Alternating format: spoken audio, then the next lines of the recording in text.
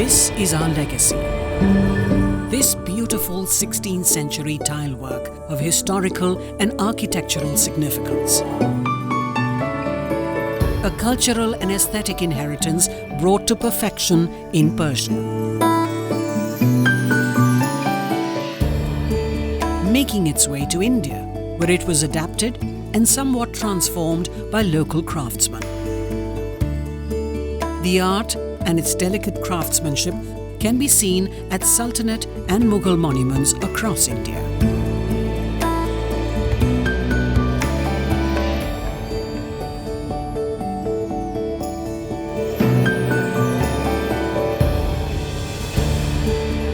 Glazed tiles are a prominent architectural element of many of the Mughal-era monuments that stand within the Humayun's tomb Nizamuddin area. Conservation of these structures, presently being undertaken by the Aga Khan Trust for Culture, would not have been complete without restoration of the tile work, especially once the original patterns could be discerned.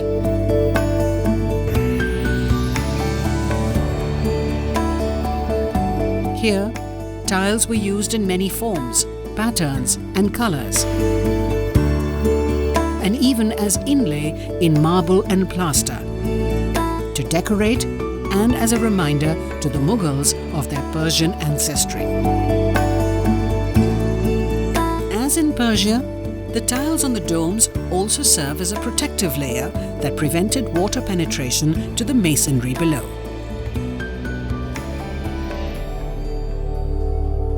But over the last 450 years, much of the tile work has been lost or damaged through weathering and the vagaries of natural elements. ये पुरानी building हैं, इनमें समय के साथ साथ जो टाइलों के जोड़ हैं वो खुलते जाते हैं। क्या जैसे आप देख सकते हैं, ये जोड़ धीरे धीरे खुल जाते हैं। इन जोड़ों के अंदर मिट्टी, घास वगैरह उग जाती है और धीरे धीरे टाइलें निकलनी शुरू हो जाती हैं और बड़े खड्डे हो जाते हैं। और बड़े खड्डे जब हो जाते हैं तो वो पक्षियों के घोंसले के काम आते हैं। जैसे कि आप यहाँ देख सकते हैं कि एक तोते का घोंसला था और तोते ने समय के साथ साथ इतना बड़ा घोंसला कर दिया कि मैं आपको उसके बांस लगा के दिखाता हूँ कि खड्डा कितना गहरा था, कि ये गड्ढा इसके अंदर ये इस डेप्थ तक है। अंदाजन ये देखिए ये 3.5 फुट के करीब लंबाई आ रही है। Restoring tile work has been a challenge to conservationists, and sadly, past repairs, especially chemical cleaning, has caused considerable damage to the glazed tiles. With tile-making craft skills lost in India, conservation of tile work has adopted a variety of methods within India. Salzburg, or Green Dome, had all the tiles of its dome replaced in the 1980s with blue tiles. The original tiles, yellow, green, white and blue, can still be seen on the neck of the dome. At Sher Shah's tomb in Sasaram, Bihar, tile patterns were simply painted onto now plastered canopies. While at the Qutub Shahi tombs only a few fragments of tile work remain where the entire domes were once tiled, at the Bade Shahi Ashur Khana in Hyderabad, the glaze colour was merely painted over the tile bodies.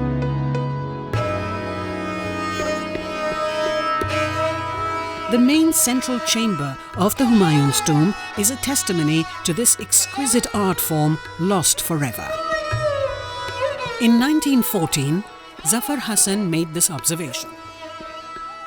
The domed ceiling of the central chamber, some 80 feet above the level of the floor and said to have been adorned originally with gilding and tilework, is now covered with whitewashed plaster only. Traces can still be seen in several places of the original tile decoration. The remnants were removed in a mid-20th century conservation, possibly with the intention to present a clean surface, even if it was not authentic. With no evidence of the original patterns, the tile work cannot be restored now. Just like the tile work that was existing in the interiors of Humayun's tomb has been lost, so had the tile work been lost from the canopies that stand in front of the white marble dome.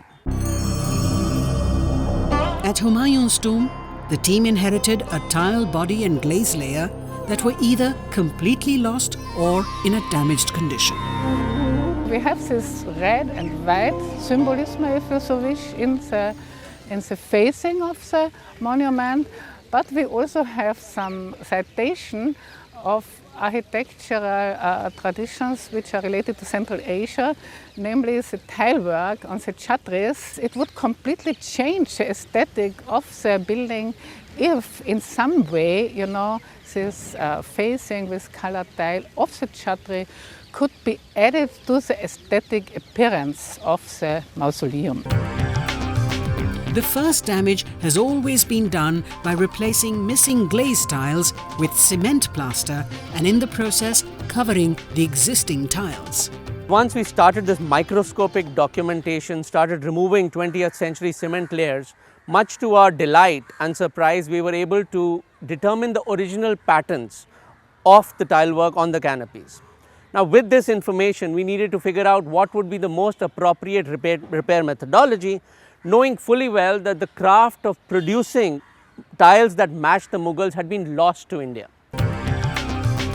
The Aga Khan Trust for Culture's conservation philosophy is clearly defined by integrity to the original, as well as a return to tradition and a preservation of craft skills. It wasn't any different for the tile work.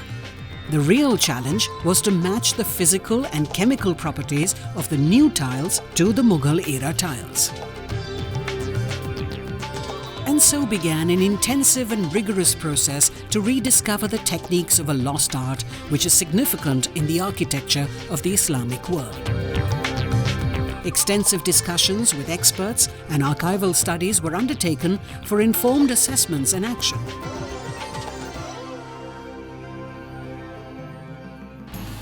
Multidisciplinary teams worked over 5 years identifying, studying, experimenting, conducting scientific tests, documenting with precision in the quest to ensure the new tiles match the Mughal tiles in every respect. Raw materials used were collected from various sources and compared to the original tile samples.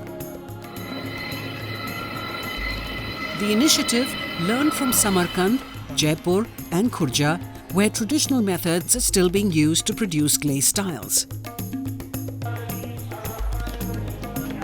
Craftsmen from Uzbekistan and later local teams tested the materials and mixes at various temperatures in electrical kilns to arrive at the right composition for the tile base. Tens of thousands of experiments were carried out to prepare the matching glazing colors with a milligrams variation leading to changes in colors. Just to achieve the true turquoise blue color, 2,400 types of compositions were experimented with over a 2-year period. The persistence paid off.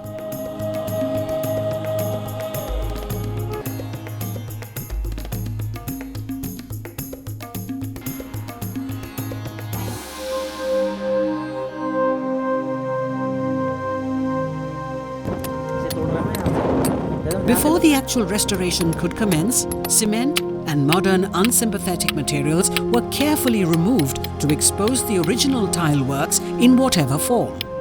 थोड़े जैसे आप यहाँ पर देख रहे हैं कि original टाइलें बची हुई है और यहाँ पर प्लास्टर हो सकता है कि प्लास्टर के नीचे से हमें टाइल निकले तो हम इस प्लास्टर को धीरे धीरे रिमूव करेंगे इस टाइप से। जैसे देख रहे हैं कि यहाँ टाइलें कुछ निकलती हुई जा रही हैं। ऊपर फ्लावर पैटर्न में ऊपर के बैंड में बिल्कुल टाइलें हैं और नीचे का जो हाफ पोर्शन है उसमें भी टाइल है लेकिन उसमें ग्लेज नहीं है। What was important was that the original patterns were found and were the basis for the restoration. Conservation could only then be attempted and when new tiles could be produced that matched the original.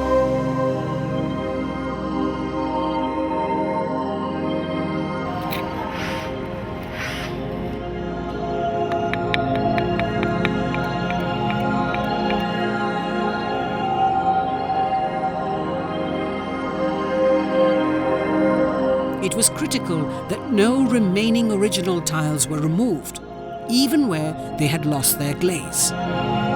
So once we started looking very closely at the tiles on the canopies of Humayun's tomb, we also realized that several other buildings in this complex and adjoining it, all dating from the 16th century, used ceramic tiles.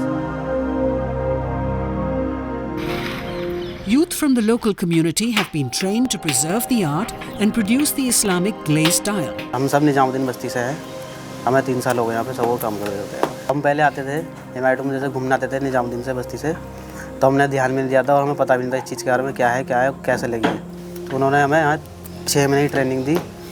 उन्होंने हमें सिखाया मसाला बनाना, tiles बनाना, cutting सिखाई। हमारी tiles Humayun पे लग रही है तो हमें अच्छा लगता है देखने में, और जो भी आते हैं बाहर से तो अच्छा बताते हैं। These young men have gained a skill that not only gives them employment but a lifelong engagement with the craft.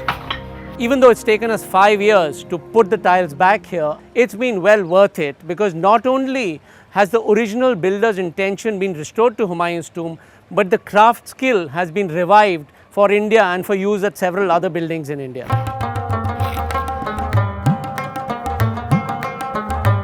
In the heart of New Delhi, a historic craft has been revived. A cultural heritage returned to its people. And monuments restored to their original beauty and grandeur.